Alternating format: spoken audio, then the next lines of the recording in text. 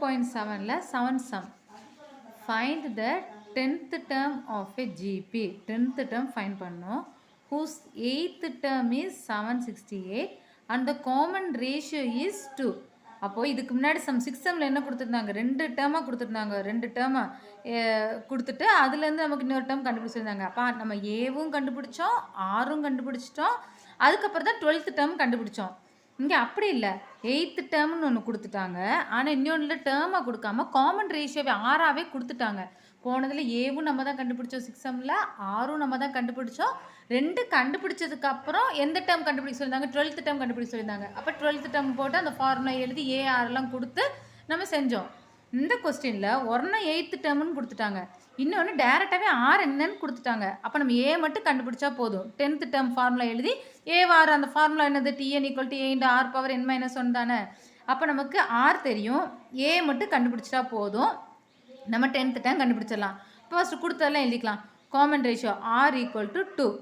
8th டேர்ம்னா என்னது, T8 equal to 768. T8 இருக்கா, அப்போ டிஎன் என்ன formula, T N equal to A into R power N minus 1.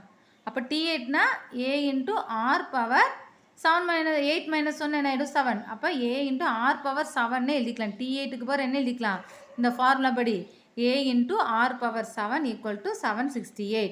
கிவன்லேயே R வந்து 2ன்னு கொடுத்துட்டாங்க. அப்படின்னா என்னது, நம்ம போன கொஸ்டினில் ஏவும் கண்டுபிடிச்சோம், ஆரும் கண்டுபிடிச்சோம். ஃபஸ்ட் ஆர் கண்டுபிடிச்சோம், அதுக்கப்புறம் ஈக்குவேஷனில் போய் சப்ஸ்டிடியூட் பண்ணி அடுத்து ஏ கண்டுபிடிச்சோம். இங்கே அப்படிலாம் வேண்டாம், டேரெக்டாகவே ஆர் கொடுத்துட்டாங்க. அப்போது ஏ இன்ட்டு ஆருக்கு பகரம் 2 power 7 equal to 768.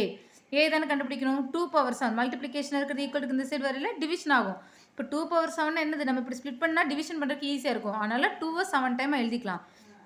which is equal to 768 divided by 2 into 2 into 7 times 2 எழுதிக்கிறோம். இப்போ கேன்சலேஷன் பண்ணியிருக்கோம். ஃபஸ்ட்டு ஒரு டைம் 1 2 சார் 2, இது 768 3 2 sir 6, 7 carry over 1 16, 8 2 sir 16, 4 2 sir 8, பின்னையும் 1 2 சார் 2, இது 1 2 சார் 2, 3னா இங்கே கேரி ஓவர் 18, 9 2 சார் 18, 4னா 2 2 சார் 4.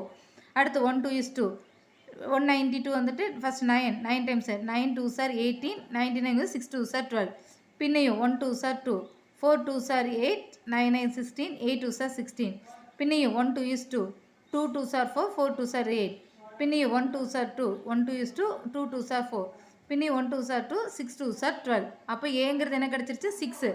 அப்போ கிவன்லேயே ஆறுன்னு தெரியும். இப்போ நம்ம ஏவும் கண்டுபிடிச்சிட்டோம். நம்ம கொஸ்டினில் என்ன ஃபைன் பண்ண சொல்லியிருக்காங்க, 10th டேர்ம் ஃபைன் பண்ண சொல்லியிருக்காங்க. 10th டேர்ம்னா T10 தான் கண்டுபிடிக்கணும். இப்போ T10 தானே கண்டுபிடிக்கணும். ஃபஸ்ட் n ஃபார்முலா எழுதிக்கலாம். Tn equal to A into R power N minus 1. அப்போ T10 ஈக்குவல் டு ஏங்கிறத நம்ம இப்போ 6 கண்டுபிடிச்சிட்டோம். ஆர் கிவன்லேயே 2 கொடுத்துருந்தாங்க. அப்போ 6 இன்ட்டு 2 பவர் என்னங்கிறது 10 மைனஸ் 1. அப்போ 6 into 2 power 10 minus 1 9, 2 power 9. 2 power 9 நம்மளால் மல்டிப்ளை பண்ண முடிஞ்சது தான். இப்போ 2 இன்ட்டு 2 இன்ட்டு அப்படி 9 டைம்ஸ் எழுதுகிறோம். 2 2 sir 4, 2 2 sir 4, 2 2 sir 4, 2 2 sir 4 into 4 4 sir 16 into 4 4 sir 16 into 2, 16 2 sir 32 into 16 512. அதாவது 2 பவர் 9ங்கிறது 512. அது கூட ஒரு 6 மல்டிப்ளை பண்ணல 3072 கிடைக்குது. அதாவது 10th term T10 equal to 3072. So இதான் ஆன்சர்.